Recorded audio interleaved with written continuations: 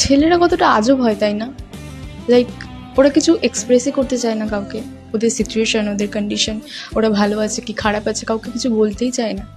ওদের সামনে যখন আমরা থাকি তখন ওরা এমনভাবে নিজেদেরকে প্রেজেন্ট করে যাতে ওরা খুব ভালো আছে, সবসময় একটা মুখে মিষ্টি হাসি নিয়ে থাকে, সবসময় একটা আনন্দর মধ্যে থাকে, আমাদেরকে দেখায়।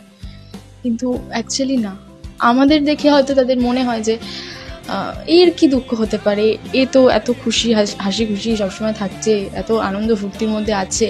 ওরা যখন হাসছে তখন ওদের মাথায় এটা চলছে যে এখানে টাকা দিতে হবে, ওখানে টাকা দিতে হবে, বাড়িতে এটা নিয়ে যেতে হবে, ওটা নিয়ে যেতে হবে। ওদের মাথায় সবসময় একটা করে টেনশন থাকেই।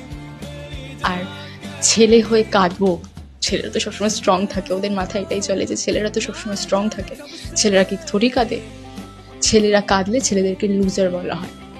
ওদের মাথায় সবসময় এটাই চলে। আর ভুলবশত যদি আমরা কোনোদিনও জিজ্ঞেস করে ফেলি যে কেমন আছিস, তাহলে ওরা একদম হিস্ট্রি জিওগ্রাফি